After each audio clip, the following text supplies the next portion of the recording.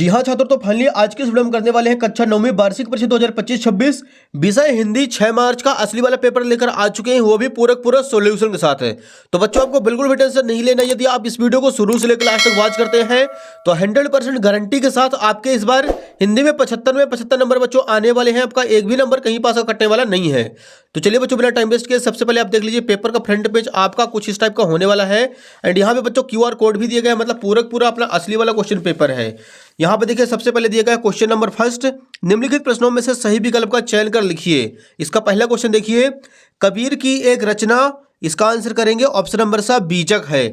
Second question, Hindi साहित्य का स्वर्ण युग माना गया है, इसका आंसर हो जाएगा ऑप्शन नंबर बा भक्ति काल को।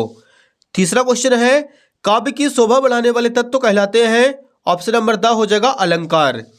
चौथा प्रश्न, झूरी के साले का क्या नाम था, इसका आंसर हो जाएगा ऑप्शन नंबर आ गया। पांचवा क्वेश्चन, संधि के प्रकार है, ऑप्शन नंबर बा हो जाएगा 3। और छठवां क्वेश्चन है, इस जल प्रलय में पाठ की विधा है, ऑप्शन नंबर बा कर देना है रिपोर्टाज। तो बच्चों यहाँ पे क्वेश्चन नंबर फर्स्ट जो था अपना पूरा कंप्लीट हो चुका है। क्वेश्चन नंबर सेकंड के लिए मूव करते हैं नेक्स्ट पेज पर। यहाँ पे देखिए प्रश्न 2, निम्नलिखित रिक्त स्थान में सही शब्द का चयन कर लिखिए। इसका पहला क्वेश्चन देखिए, मखमली टमाटर हुए लाल। दूसरा क्वेश्चन, रस के 10 प्रकार होते हैं। तीसरा प्रश्न है, महाकाव्य में जीवन का संपूर्ण चित्रण होता है। चौथा क्वेश्चन, फोटो में प्रेमचंद के साथ उनकी पत्नी भी है। पांचवा, सदाचार का विलोम दुराचार होता है। और छठवां क्वेश्चन, मेरे नाना पक्के साहेब माने जाते हैं। तो बच्चों यहाँ पे दूसरा क्वेश्चन भी होता है अपना पूरा कंप्लीट, इसका भी आप लोग फटाक से स्क्रीनशॉट ले लीजिए। नेक्स्ट देखिए बच्चों, यहाँ पे प्रश्न 3 दिया गया है, निम्नलिखित जोड़ियों का सही मिलान कर लिखिए। एक साइड है स्तंभ आ, दूसरे साइड है स्तंभ बा। पहला क्वेश्चन देखिए, माखनलाल चतुर्वेदी, इसका आंसर हो जाएगा बच्चों एक भारतीय आत्मा। दूसरा है, रस के अंग 4 होते हैं। तीसरा प्रश्न है, ल्यासा की ओर राहुल संकृत्यायन। चौथा है, महादेवी वर्मा रश्मि निहार नीरजा। पांचवा है, रात का तत्सम रात्रि। और छठवां है, रीढ़ की हड्डी श्री जगदीश चंद्र माथुर। तो बच्चों यहाँ पे तीसरा क्वेश्चन भी अपना होता है पूरा कंप्लीट, इसका भी आप लोग फटाक से स्क्रीनशॉट ले लीजिए। नेक्स्ट देखिए यहाँ पे प्रश्न 4, निम्नलिखित प्रश्नों को उत्तर एक वाक्य में लिखिए। पहला क्वेश्चन है, मानसरोवर से कवि का क्या आशय है, तो इसका आंसर हो जाएगा मन रूपी पवित्र सरोवर जिसमें मनुष्य को स्वच्छ विचार रूपी जल भरा है, मानसरोवर कहलाता है। दूसरा क्वेश्चन है, कविता के शाब्दिक अनुशासन का नाम क्या है, तो इसका आंसर हो जाएगा छंद। तीसरा प्रश्न, साहित्यिक पुरखे किसे कहा गया है, तो इसका आंसर लिखना है साहित्यिक पुरखे मुंशी प्रेमचंद्र को कहा गया है। चौथा प्रश्न, वल शब्द में वान प्रत्यय लगाने से कौन सा शब्द बनेगा, वलवान। पांचवा है, लोक में प्रचलित उक्ति क्या कहलाती है, तो इसका आंसर हो जाएगा लोकोक्ति।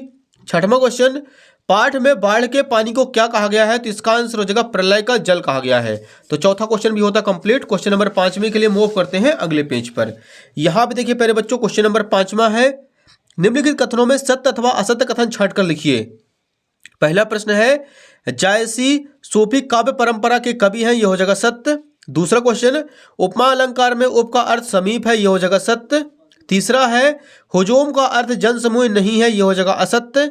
चौथा है, शब्द के आगे जुड़ने वाले शब्दांश उपसर्ग कहलाते हैं, यह हो जाएगा सत्य। पांचवा है, नानी के मन में देश की आज़ादी के प्रति जुनून था, यह भी हो जाएगा सत्य।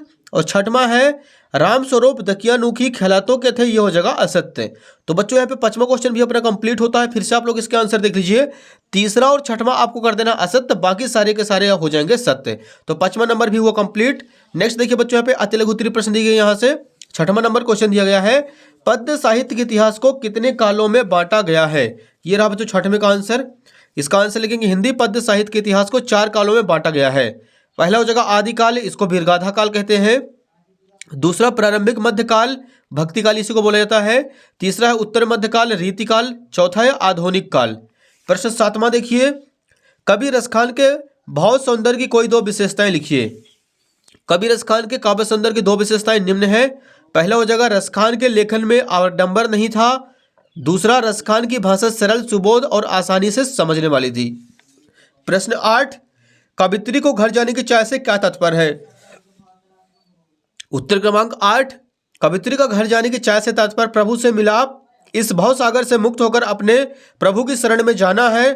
कवित्री परमात्मा की शरण को ही अपना वास्तविक घर मानती है। वे कहती है कि उनकी सारी उम्र बीत गई, उन्होंने प्रभु से मिलने का कोई प्रयास नहीं किया। उम्र बढ़ती जा रही है, वह मृत्यु नजदीक आ रही है। तो ये हो जाएगा बच्चों उत्तर क्रमांक 8वां भी अपना कंप्लीट। अगला देखिए बच्चों, प्रश्न 9 है, माखनलाल चतुर्वेदी को कोयल से ईर्ष्या क्यों हो रही है? ये रहा बच्चों 9वें का आंसर। माखनलाल चतुर्वेदी को कोयल से ईर्ष्या का मुख्य कारण उसकी स्वतंत्रता से है। कवि को अंग्रेजों द्वारा काल कोठरी में बंद कर दिया गया है, जबकि कोयल स्वतंत्रता से आकाश में उड़ रही है, जिसे देखकर कवि को उससे ईर्ष्या हो रही है। प्रश्न 10वां, काव्य किसे कहते हैं? उसके भेदों के नाम लिखिए। आचार्य विश्वनाथ के अनुसार रसात्मक वाक्यम काव्यम अर्थात रसयुक्त वाक्य काव्य है। काव्य के दो भेद होते हैं, पहला हो जाएगा दृश्य काव्य, दूसरा हो जाएगा श्रव्य काव्य। क्वेश्चन नंबर 11 देखिए, रस के प्रकार एवं उनके स्थायी भाव लिखिए, अथवा छंद किसे कहते हैं? छंद के प्रकारों के नाम लिखिए। तो ये रहा बच्चों उत्तर क्रमांक 11 का। अथवा जिस रचना में अक्षरों एवं मात्राओं की संख्या निश्चित हो तथा यति गति लय एवं तुक आदि का ख्याल रखा जाए उसे छंद कहा जाता है। छंद के दो प्रकार होते हैं, वर्णिक छंद, मात्रिक छंद। ये हो जाएगा बच्चों question number 11 complete. Question number 12 के लिए मूव करते हैं पहले बच्चों अगले पेज पर। यहां पे देखिए डियर, प्रश्न क्रमांक 12 है, गद्य की प्रमुख विधाओं के नाम लिखिए। ये रहा बच्चों उत्तर क्रमांक 12। गद्य की प्रमुख विधाएं निम्न है, निबंध, कहानी, उपन्यास, नाटक, आलोचना, रेखाचित्र, संस्मरण, जीवनी, आत्मकथा, यात्रा, संस्मरण आदि। क्वेश्चन नंबर 13 देखिए, प्रेमचंद के साहित्य की कोई दो विशेषताएं लिखिए। ये रहा बच्चों 13 का आंसर। प्रेमचंद के साहित्य की विशेषताएं निम्न है, पहला, प्रेमचंद जी की रचनाओं में जनसाधारण की भावनाओं, परिस्थितियों और समस्याओं का मार्मिक चित्रण है। दूसरा, प्रेमचंद की रचनाओं में सरल भाषा का प्रयोग किया गया है। ये हो जाएगा बच्चों उत्तर क्रमांक 13 भी कंप्लीट। क्वेश्चन नंबर 14 देखिए, कांजी हाउस में कैद पशुओं की हाजिरी क्यों ली जाती थी? ये रहा बच्चों 14 का आंसर। कांजी हाउस में सभी कैद पशु कैदी ही थे, वहां की दीवारें भी कच्ची ही थी। यह देखने के लिए कि कोई कैद पशु इनमें से भाग तो नहीं गया, इसकी जानकारी के लिए उनकी हाजिरी ली जाती थी। यह हो जाएगा क्वेश्चन नंबर 14 कंप्लीट। अगला देखिए बच्चों प्रश्न 15, महादेवी वर्मा उर्दू फारसी क्यों नहीं सीख पाई? ये रहा बच्चों उत्तर क्रमांक 15 का आंसर। महादेवी वर्मा उर्दू फारसी नहीं सीख पाई क्योंकि उन्हें इन भाषाओं में रुचि नहीं थी।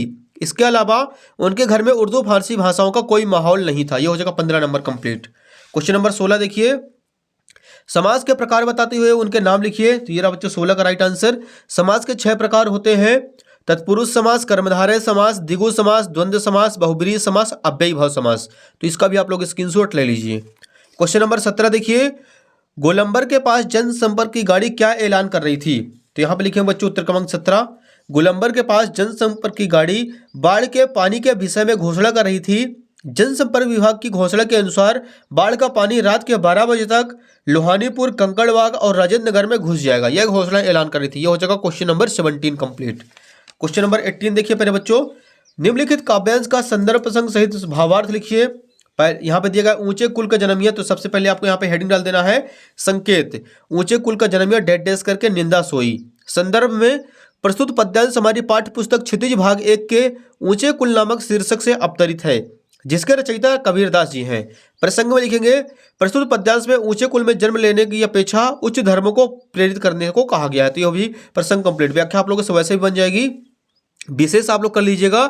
इनकी भाषा सरल एवं सुबोध है, इनके पदों में दोहा छंद का प्रयोग किया गया है। तो ये हुआ question number 18 complete. Question number 19 के लिए मूव करते हैं डियर अगले पेज पर। यहाँ पे देखिए बच्चों प्रश्न क्रमांक 19 है, निम्नलिखित गद्यांश की संदर्भ प्रसंग सहित व्याख्या लिखिए। तो यहाँ पे गद्यांश की संदर्भ प्रसंग व्याख्या लिखना है। सबसे पहले आ जाएगा संकेत, 2 बैलों का डैश डैश आंखें ना उठाई। संदर्भ में लिखेंगे, प्रस्तुत गद्यांश हमारी पाठ्य पुस्तक क्षितिज भाग 1 के 2 बैलों की कथा नामक शीर्षक से अवतरित है, जिसके लेखक प्रेमचंद हैं। प्रसंग और व्याख्या आप लोग फटाफट यहाँ पे देख लीजिए। विशेष आपको लास्ट लिख देना है, शुद्ध साहित्यिक हिंदी खड़ी बोली का प्रयोग किया गया, मुहावरे तथा लोकोक्तियों का प्रयोग किया गया। क्वेश्चन नंबर 20 देखिए पहले बच्चों, पानी का महत्व विषय पर एक अनुच्छेद लिखिए। तो ये रहा बच्चों उत्तर क्रमांक 20 का राइट आंसर। आपको हेडिंग डाल देना है पानी का महत्व, और पानी के बारे में आप पूरा का पूरा सॉल्यूशन यहाँ पे तैयार कर लीजिए। ये रहा बच्चों क्वेश्चन नंबर 20 भी अपना कंप्लीट। फटाक से स्क्रीनशॉट ले लीजिए इसका। नेक्स्ट देखिए बच्चों क्वेश्चन नंबर 21 है, निम्नलिखित अपठित गद्यांश को पढ़कर नीचे दिए गए प्रश्नों का उत्तर लिखिए। तो यहाँ पे इसके प्रश्न दिए गए हैं। पहला प्रश्न देखिए, उपर्युक्त गद्यांश का उचित शीर्षक लिखिए। तो इसका आंसर हो जाएगा लोक संस्कृति। दूसरा है, लोकगीत किसका दर्पण होते हैं? ये रहा बच्चों इसका आंसर, लोकगीत लोक जीवन का दर्पण होते हैं। अगला क्वेश्चन देखिए प्रश्न क्रमांक 22, स्थानांतरण प्रमाण पत्र यानी टीसी प्राप्त करने हेतु अपने विद्यालय के प्रचार को आवेदन पत्र लिखिए। तो यहाँ पे बच्चों आपको 22 नंबर भी कर लेना है कंप्लीट। नेक्स्ट देखिए बच्चों प्रश्न क्रमांक 23, निम्नलिखित विषयों में से किसी एक विषय पर रूपरेखा सहित सारगार्भित निबंध लिखिए। तो यहाँ पे पॉइंट दिए गए, आप पर्यावरण प्रदूषण का कर लीजिएगा बच्चों, ये भी यही मोस्ट इंपॉर्टेंट, यही आपके एग्जाम में आया हुआ है। तो बच्चों उम्मीद है कि आपको पूरा का पूरा क्वेश्चन पेपर समझ में आ गया होगा। फटाफट वीडियो को लाइक कर दीजिए, चैनल को सब्सक्राइब कर लीजिए और नोटिफिकेशन को ऑल पे प्रेस कर लीजिए, क्योंकि बाकी सारे विषय के जो असली क्वेश्चन पेपर है आपको इसी यूट्यूब चैनल पर मिलने वाले हैं। और वीडियो को फटाफट अपने सभी दोस्तों के मध्य शेयर कर दीजिए। धन्यवाद।